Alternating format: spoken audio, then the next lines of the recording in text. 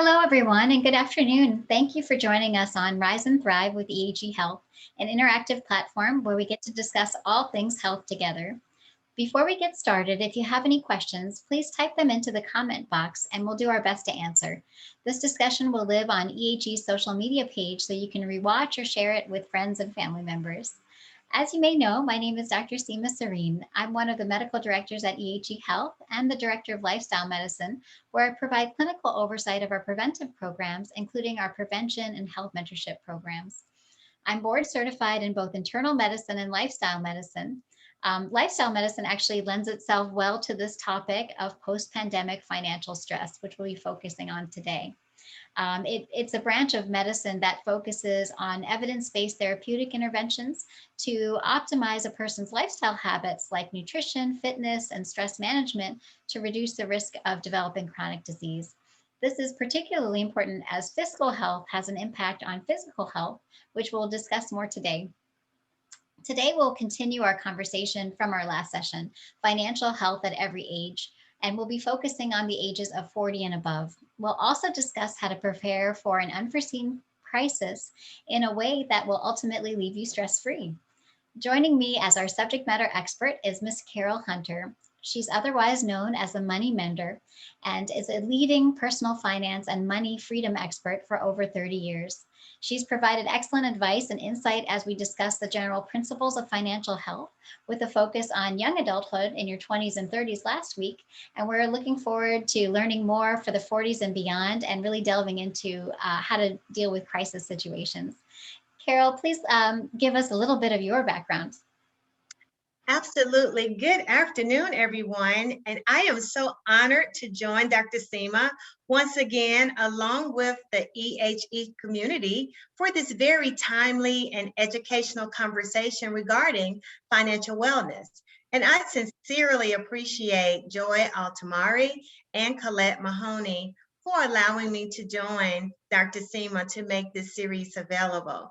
And just in case you missed our first session, let me quickly introduce myself again. As Dr. Seema said, I'm Carol Hunter, and most people call me the Money Mender. And that's because of my ability to mend broken financial systems and provide support required to maintain a stable financial foundation. I also support all income levels through our mentoring programs and training collaborations with corporations and colleges, churches, and a host of other partnerships. I've also been published in the Huffington Post. I enjoy frequent appearances on the Fox Network and TBN networks, and I have also published 2 amazing financial books. And just like last week, if you stay until the end, you will have an opportunity for the following. First, every participant will receive a link to my complimentary 5-part financial program to help you jumpstart your financial freedom. And also, one person will also win a complimentary 30-minute coaching session with me, yours truly, the Money Mender. And as Dr. Seema stated at the beginning, the recording from the first session is available. But before we proceed with the information that we have planned for you today, Dr. Seema and I want to share a couple of highlights from our last session where we share some important data regarding the impact that financial stress has on our physical, our mental, and our emotional wellness. Dr. Seema? Oh, sure. Yes, absolutely, Carol. Thank you for that. And what an impressive background. It's important to focus on your physical health as well as your fiscal health at every age, because financial stress and anxiety can affect your mental health, but also increase your risks of diseases like heart disease, diabetes, and stroke. So your physical and mental health are connected. It's important to take good care of yourself. That is the main thing that we want to stress in terms of taking care of your physical health in relation to stressors and anxieties that may arise with financial problems. So you want to eat right with plenty of fruits and vegetables. You want to exercise regularly with at least 150 minutes per week. But if you can't do 150 minutes a week at first, any movement is better than no movement. So just start moving. You want to be sleeping at least 7 to 9 hours a night for most people. Avoid risky substances like tobacco, alcohol, and other drugs, and develop positive relationships. You also want to focus on cultivating habits to reduce and manage stress levels. So that is of particular importance when dealing with financial needs. Carol, if you wouldn't mind sharing with us your highlights from last session. Absolutely. I'm thinking, oh my, Dr. Seema has me on the sleeping 7 to 9 hours. You're going to have to work with me, Dr. Seema. So, so I shared a lot about the importance of preventative maintenance from a physical, emotional, and financial wellness perspective. And in the interest of time, I'm going to quickly recap a few highlights, and then we will proceed with the information for today. So in the bulk of the session last time, we talked about financial goals that should be a priority at every stage in our lives. And I want to reiterate some of those things. So, first, I said that since money does not have an age, well, it's never too early or never too late to start planning, managing, or in some cases self-correcting. So there's no judgment zone here. If the things I share today, you didn't start in your 20s and 30s, it's okay. We're going to press reset. So in your 20s, these are what we would like to call your financial foundation years, possibly out of high school, out of college, whatever route you choose to take. But this is where you start with your consistent savings. You keep your debt to a minimal. You use what is called a spending plan. Now, I don't use that dirty word budget because that is a word that people don't like and it always makes it sound so restrictive. But if you have a plan for your spending, thus a spending plan, then you're more apt to follow that. And then in your 20s, this is also the time when you're going to start building credit, creating those positive credit scores that are going to help you later for future purchases like home purchases and things like that. And then because most people get their first, what I call real job, where you make a decent amount of income in your 20s, you want to also start planning for retirement in your 20s. And then, of course, you need some life insurance. And then estate planning is important. And as we mentioned last time, unfortunately, in our country, we don't do a great job of preparing our 20 somethings for these type of big decisions that have to be made about money. And so oftentimes we're late in life before we even start. So then we proceed into our 30s. So in your 30s, you've spent the first 10 years or so working in the real world. And so you probably developed things like family, possibly gotten married, bought a house. And so at this stage in your life, savings and investing are elevated. So this is the time in your life where your savings needs to be at least 15% for retirement, because think about it, you start working in your 20s, you've already exhausted 10 years of work life. And so you're moving closer to your retirement years. And then this is also where you want to focus on paying off your non-mortgage debt, credit cards, loans, anything like that. And then because again, you may have a family now or thinking about a family, you want to build a larger emergency reserve fund with 6 to 9 months of whatever your monthly expenses are in case you have an emergency. So that's kind of what we talked about in our first session. And so today I want to continue with some practical goals for your 40s, your 50s, and your 60s. And as a reminder, because again, this is a no judgment zone. If you did not follow this type of structure before today, it's okay. Just press the financial reset for your life and keep moving forward, because that's how you get to your destiny as it relates to your financial wellness. So let's talk about your 40s. And in your 40s, this is the time where you begin to evaluate your 20-year progress. Think about it. In your 40s, you've now been working for 20 years, for 2 decades. And this is the point where if you need to do any self-correcting, make adjustments from the first 2 decades, this is the place to do it. So at this point, you're going to elevate your savings to determine how far it will take you into retirement based on what you've done for the last 20 years. Well, how close am I to where I need to be as it relates to my retirement income? If that number is too low, then that allows you to adjust your money accordingly. If you're right where you need to be, or sometimes we're too high, like sometimes we can have too much of a thing and we have an imbalance in another area, we need to look at that. And I suggest that you download an online retirement calculator to assist you with your projections, because if you're not working with a financial advisor or really knowledgeable of how this works, there's plenty of online tools available to help you at least get a good foundation and a basis. And then here's the thing that we often forget in our 40s. So let's say you worked with one employer in your 20s and you contributed to their retirement program, 401k, 403b, 457, whatever plan they had available. And then in your 30s, maybe you changed jobs again. But in both of those moves, you never moved your retirement money with you. And so it's been sitting there and you've not been managing it or moving it around to give you the greatest benefit. And in some cases, when we leave that money behind, those companies go out of business, and so does your 401k money. So it's always risky to leave your money behind. And so this is a time where you want to merge those old accounts from previous employers into some type of rollover IRA. And so there are, again, plenty options that you have with that.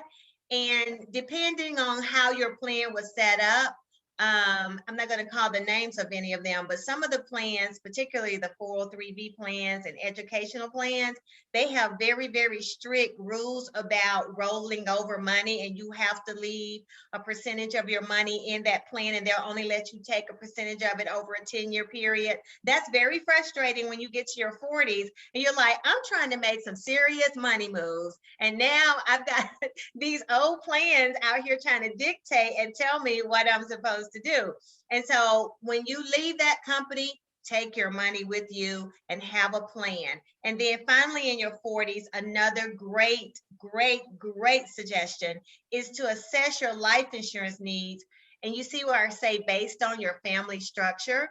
See, in your 20s, you may have just had a basic life insurance policy in case you did expire in your 20s. Your family could bury you, take care of your affairs or whatever. By the time you get into your 40s, closer to 50, possibly there's 2 or 3 kids, there's a husband, there's all these other situations. And so the recommendation for life insurance is that it is 5 times your income.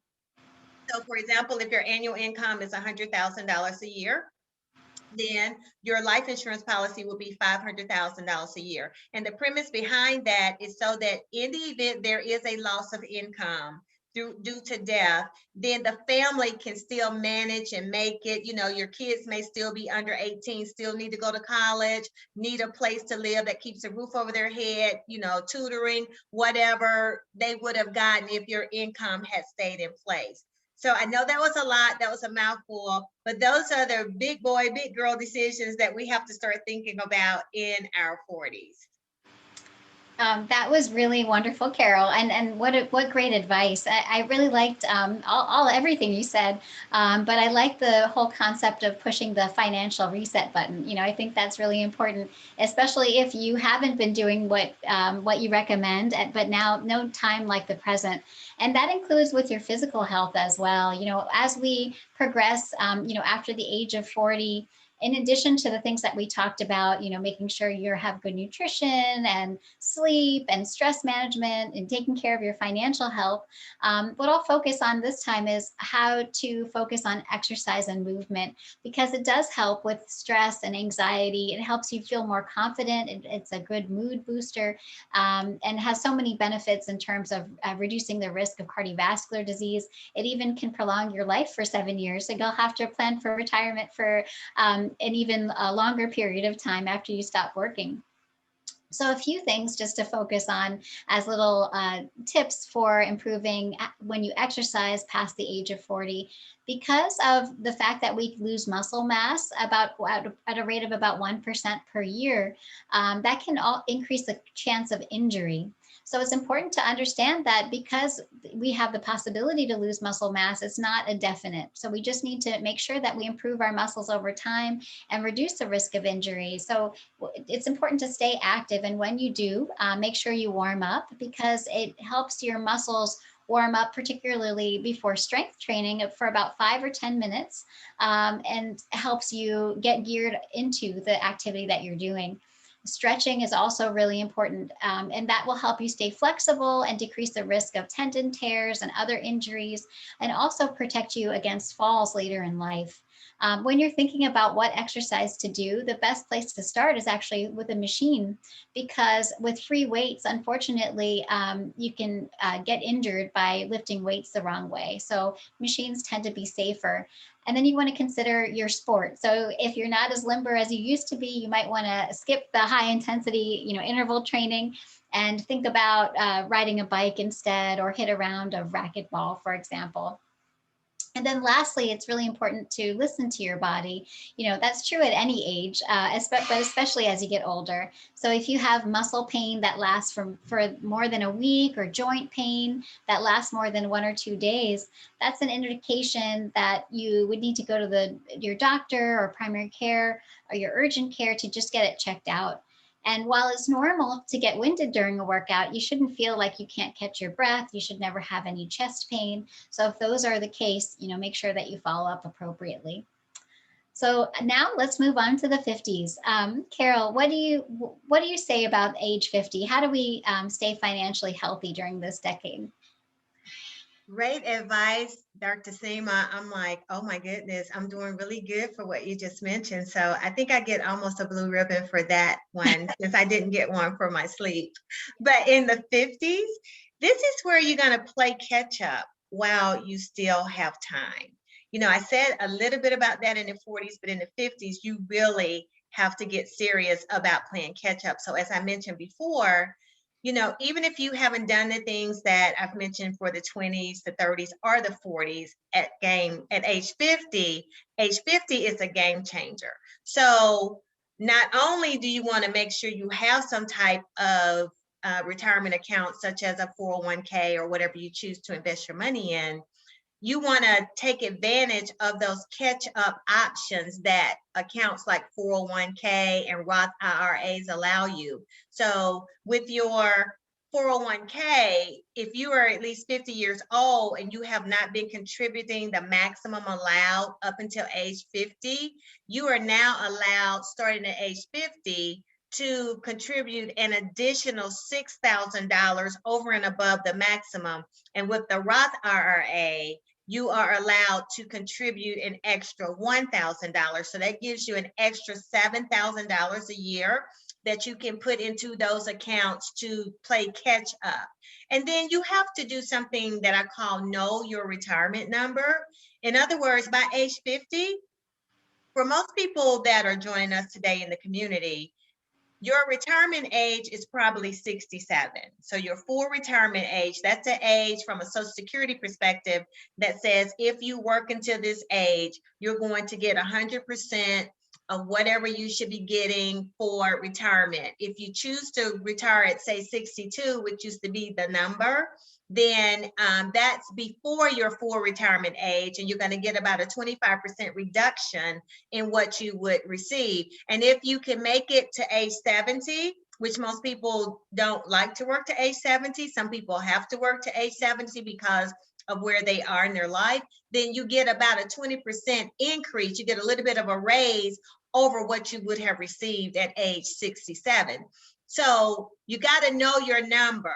So you won't be able to know your number if you're not doing the things that we are suggesting to you today, both from a financial wellness and a physical wellness perspective, because all of that will be affected. So if you have decided, for example, today that I am going to work until age 67, okay, that's your number. So everything that you do financially in your life in terms of your retirement savings, your emergency reserve savings, paying off your house, and all the other things that go along with that, you know now that you're working towards a goal. So if you're 50 years old, that means that you have 17 more years left to get to where you need to be financially and physically when you get to 67. And this is also the time in which you rebalance your retirement portfolio. And this is a good time, if you haven't started doing this, to meet with a financial planner, a reputable financial planner. And if you want to check out a financial planner, I'm going to give you a reference at the end that you can use that will help you decide if it's a reputable planner, because your portfolio mix may not be where it needs to be at age 50, but what your desire is at age 67. And then this is something that most people don't talk about a lot, but at age 50, this is a time to start paying off your mortgage. The best thing that you could do for yourself, if at all possible, is pay down your mortgage or pay it off by the time you reach your retirement age, because depending on how much money you're going to have to live on in your retirement years, your mortgage could eat up your retirement income. Now, I live in the South, so expenses are a lot cheaper and not as expensive as it is to live in, say, New York, because I know a lot of you may be in the New York area. But let's say your mortgage is $1,500 to $2,000. So let's just say $2,000 on the high end. Well, if your retirement check from Social Security is $2,500, then if you still got a mortgage of $2,000, your Social Security check, for example, is going to get eaten up with that mortgage. And then there's your Medicare Part D, which also comes out of your Social Security check for your medicines. And then there's your Medicare Part B that comes out if you want to be able to choose your doctors like you do with a traditional insurance plan with a PPO, because Medicare Part A works kind of like a HMO where you don't get as many choices. So that's a whole different conversation for a whole different day. But if you're in your 50s, that's the type of conversation you need to be having with yourself and with your financial planner. Dr. Seema, I'm going to turn it back over to you, because you know I will start teaching on a whole different level here. But this is such great advice, Carol. We really appreciate it. And we see some questions coming in. So please, everyone, continue asking questions. There'll be time at the end to answer them. And I'll go into the physically what happens in our 50s. You know, in your 50s, you want to optimize things like brain health, heart function, and making sure that you get all your screenings that are necessary for prevention so you can go into the next 50 years really strong. First of all, with brain health, that's something that's been in the news and lately quite a bit. And the best way to preserve your brain power, there's a number of things that you can do, and your memory, is to make sure that you have proper nutrition, of course, you're sleeping. All those lifestyle medicine pillars are important because they can help your mood, your mental health, and help your brain health overall. And you want to keep active. You always want to keep learning. That's a really important phase there, because neurogenesis, which is the way that our synapses in our brains kind of grow, happen at every age. It never stops. So it's important to keep on learning and growing.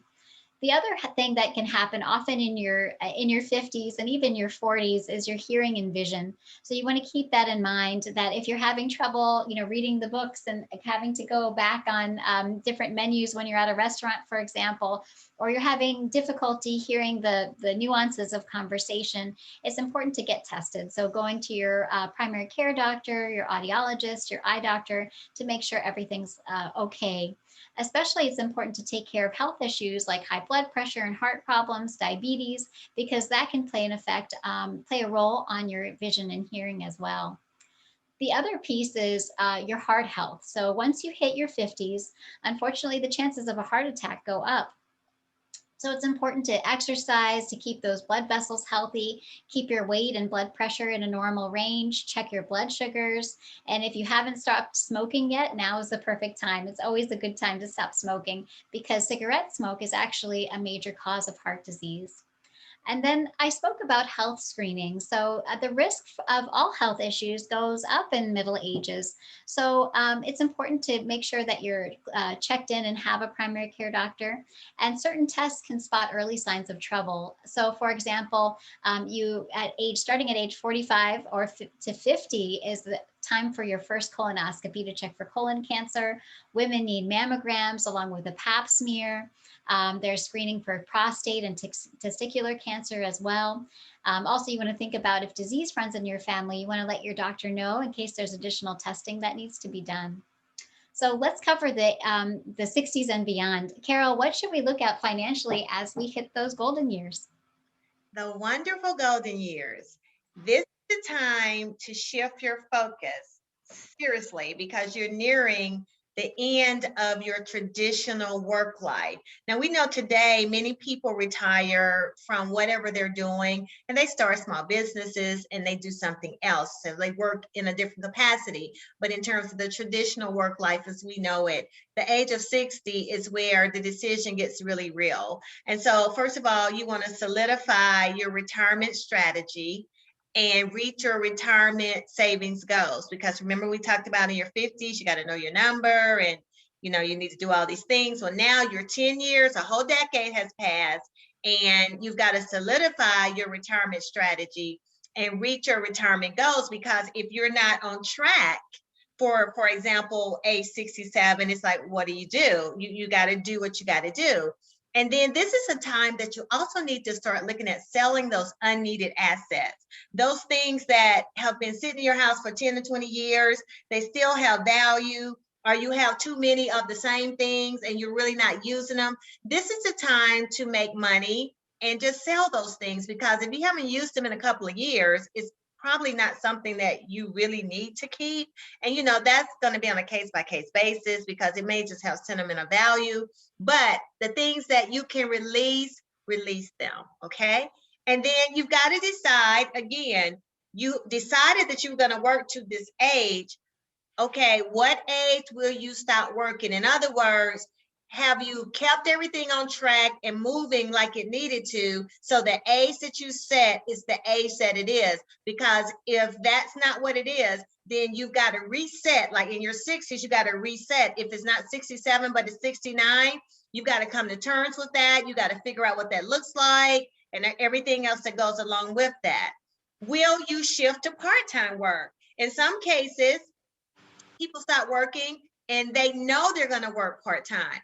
In other cases, people stop working, they retire, did not do the things that I'm stressing to you to do, and they realize that once all of their retirement money start coming in, then they now need to work part-time whether they want to or not. So it's a forced part-time. And just so you know this, it is recommended that in your retirement years, you would need 80% of what you were making while you were working to be coming in to maintain the lifestyle that you were accustomed to. So 80%. So again, $100,000 a year salary, then that means you need $80,000 in retirement monies of some sort to come in. So you got to ask the question, if I need 80% to maintain my lifestyle, does my Social Security and my 401k and my Roth IRA and my stock and everything else that I have, does that equate to 80%? If not, what are my options? What am I going to do? You also, along those same lines, your income plan. You have got to know in your 60s, what's the projection for Social Security? If you're in a place where you get a pension, what's the projection for the amount I'll get for pension? In my retirement funds, you know, whether you're doing annuities or whether you're going to just directly withdraw from your funds, whether it's a fixed payment or however you have it set up, you've got to know your numbers. You've got to know your numbers. And then definitely in your 60s, you have to have that estate plan in order, because as Dr. Seema mentioned, things are happening as we get older. And, you know, at some point, all of us will expire. So the best gift that you can leave your family is a solid estate plan. Dr. Seema? So true. And this is such wonderful advice. Personally, I think I'm looking forward to retirement and being financially and physically comfortable when I'm ready to stop working. You know, in terms of mental and physical health wise, in our 60s, there are some great things to look forward to as we get older. There was actually a study done with the AARP that showed in your early 50s onward, happiness increases over time. I thought that was really interesting. And the trend is because of years of experience. Basically, as you get older, you know that bad times are going to pass, and you also know the good times are going to pass. So that makes the good times even more precious. So something to consider and think about as we get older, and something to hold on to, even if you're younger than 60 or more. In terms of memory, the good news is, you know, because we talked about that earlier, that growth of new brain cells, it's called neurogenesis, will continues well into your 60s and beyond. So really the capacity to learn new things stays strong. And the more complex the task, the better. So if you've never, for example, if you always wanted to learn how to play piano, now that is a time. So it's always important to keep growing and keep our social networks intact as well, because those personal positive relationships are really important. Spending time giving back to the community, if that's something that you enjoy, time with your grandchildren, family, and friends, that helps us with our memory and brain power, and also helps our emotional and mental health as well. Carol, I have another question that actually comes up often with many of my patients, and I know many people, family and friends as well, especially during the COVID pandemic and beyond.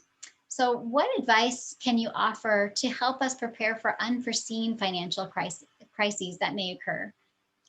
That is a really great question, Dr. Seema. And I have 4 nuggets of wisdom that I can offer. And I think you're going to owe me that blue ribbon because I do play the piano. So I'm doing good. I'm Yes. good today. I've been playing since I was 5 years old. So I was clapping. I was over here clapping, going, "Yay! I'm in the right I'm in the right space." And Dr. Seema is going to give me some blue ribbons today. Yes, But that's as right. it relates to these wisdom nuggets, in relation to your question about the crisis with the pandemic, the pandemic is real. This is a real situation, and actually, this week we had to bury a family friend that was only 50 years old that succumbed to COVID. And that's a really sad situation to watch. And so, one of the reasons that she was able to get the best care possible because she ended up on a vent and her kidneys started failing. So she was on kidney machines 24/7. She had really good health insurance. Her health insurance afforded her the opportunity to get the care that she needed. And so, in this COVID world, and had she lived, her family was told that she would have had to have dialysis every day for the rest of her life until she passed away. And they gave her about 12 months to survive after, if she had lived. And so her health insurance would have given her the opportunity to get the best possible care that she could have.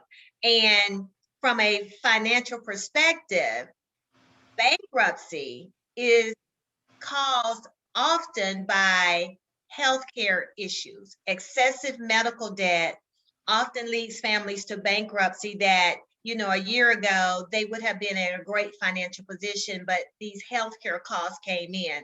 So even if you're joining us today and you're not maybe an employee of EHE, and your health insurance was lost during COVID, the healthcare exchange does have plans available for you to have some level of coverage, and we'll give you that link before we leave today. Another thing to consider along the lines of what you asked, Dr. Seema, in this post-pandemic world, some people lost jobs. One family's income went away because the company closed or was downsized, and it's the result of the pandemic.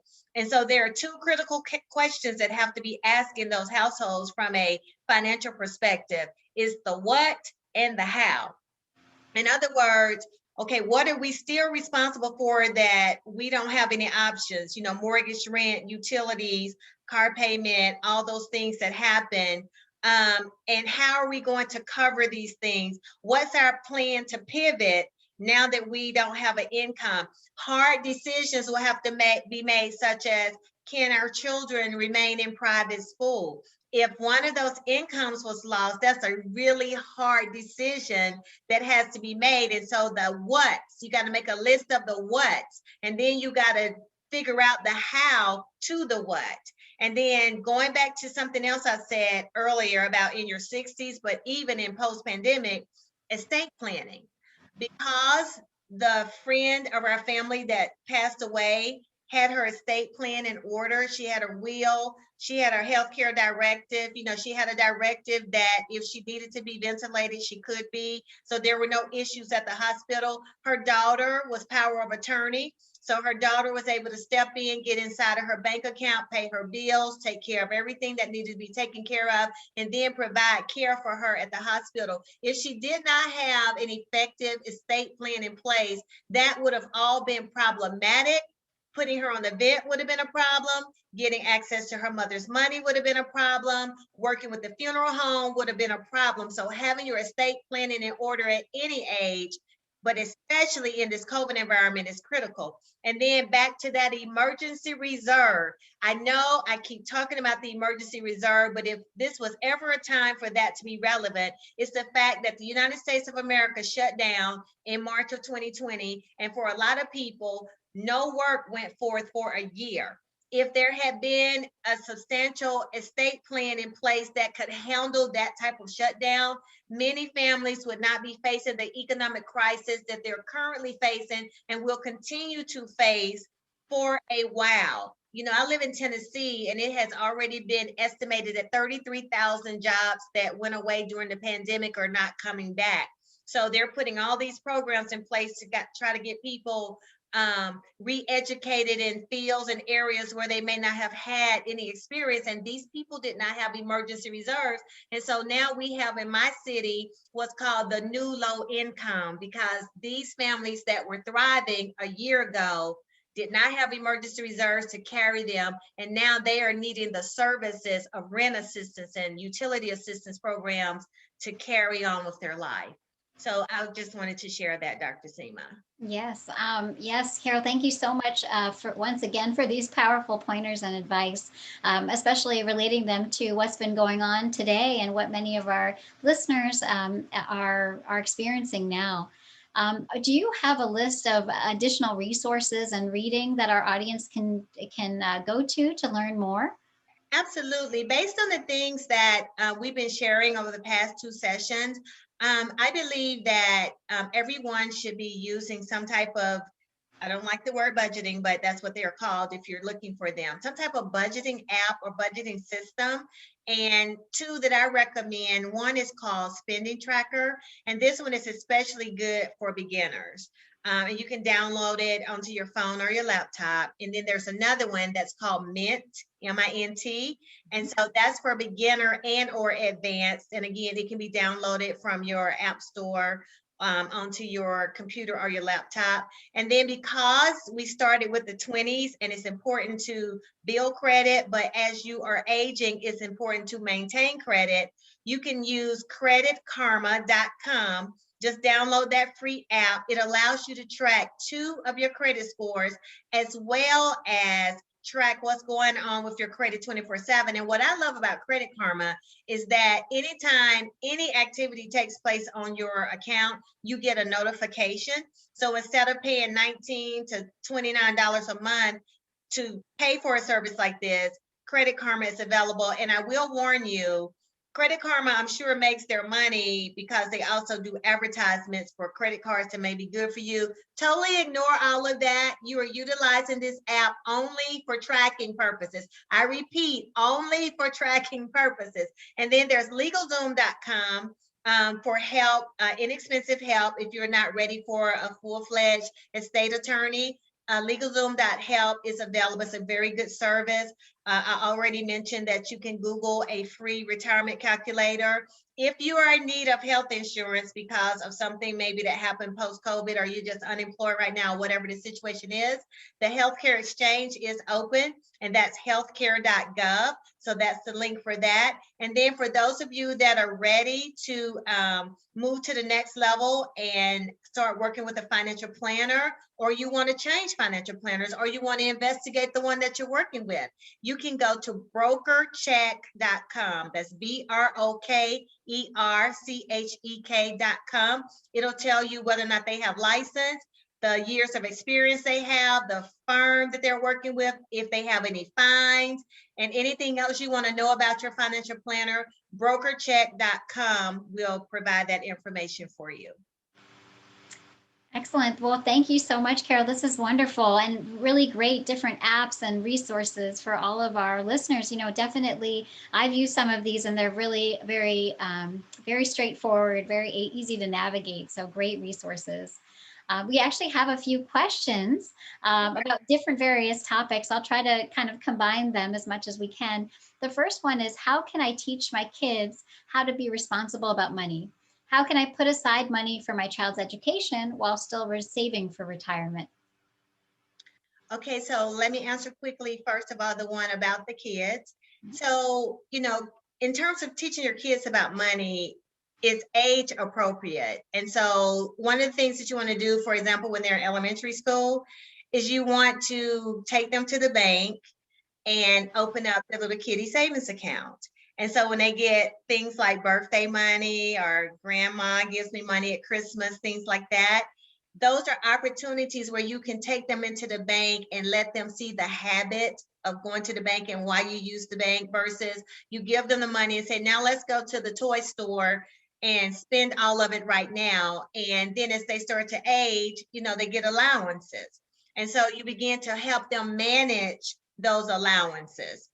Just because you gave them $50 for the week or whatever, doesn't mean they get to spend it all week. So now you sit down and help them to decide what's important right now, and then you start projecting. It's like, well, this is coming up and you're going to need X amount of dollars for that, so why don't you spend this amount right now and then spend that amount down the road, and then by the time they get in high school, you can set them up with a bank account that you can have joint access to and parental controls, so that they can start learning how to use a debit card and being responsible and seeing it at on a higher level, so that when they become 18, they're experienced enough with money. And then one other thing I recommend is family finance meetings. I think that it's important that children understand that mama and daddy have responsibilities that they have to take care of. And this is why we don't do, for example, the $150 tennis shoes this month, because the mortgage has to be paid. And then as it relates to saving for your children, we know the most popular way is through your 529 education programs that you can set up for that. And so that's going to be handled most effectively by you incorporating a spending app, so that you can see how much discretionary income you have available to contribute to those plans. That's great. And the other piece too, when teaching your children about money, one thing that we do in our house is talk about investing the money that they have. If they have, what are some great stocks and things that they can look into and understand that, as well as charity, what they can do, what positive impact their money can make, especially during the COVID-19 pandemic and, what's been happening across the globe. And then, including all the savings piece and all of that is so important. There's a couple of other questions specifically about retirement, actually. When is a good age to retire? Is there financial calculations that we should be aware of? How can I properly prepare for retirement now? Well, as it relates to when you should retire, again, that's going to be relative. If you were one of those persons that, for all the things we've talked about, for example, through your 20s and your 60s, if you're that person that walked through life like that, then you're probably in a good place to retire whenever you get ready. When you retire has a lot to do with your goals, the amount of money you're going to need. Are you there yet? If you want to be a world traveler, are you going to be able to travel the world and then still take care of your needs, your health care, your basic everyday needs? Are you that grandma that's helping to put your grandchildren through college, and is there enough money for all of that? It's going to be relative. So what I will say is this: if you definitely need to get your full retirement in order to live comfortably, the full retirement age is 67. If you retire before age 67, you're going to get a smaller payment than what you would have gotten. So I will say that if you're subject to a pension, most of the time you have to be at least age 62. And some companies, their plan is set up to where you can be at least 55. So that's going to depend on the company, the agency. So somewhere between, from that perspective, 55 to 67 are going to be your best retirement years. And then here's the other reality, Dr. Seema. If age 67 is not realistic for you and it's going to greatly decrease your lifestyle when you stop working, that's also a reality that we have to take into consideration. Can you handle living a reduced lifestyle at that level if you retire past your full retirement age? That is really great. So thank you all for asking those questions. And so I think that in closing, do you think you might have a nice gift offer for our viewers? Yes, so we are going to give away a complimentary 30-minute coaching session with me, yours truly. And that is going to go to the first person that logged on for the session today. So Colette, do you have our winner?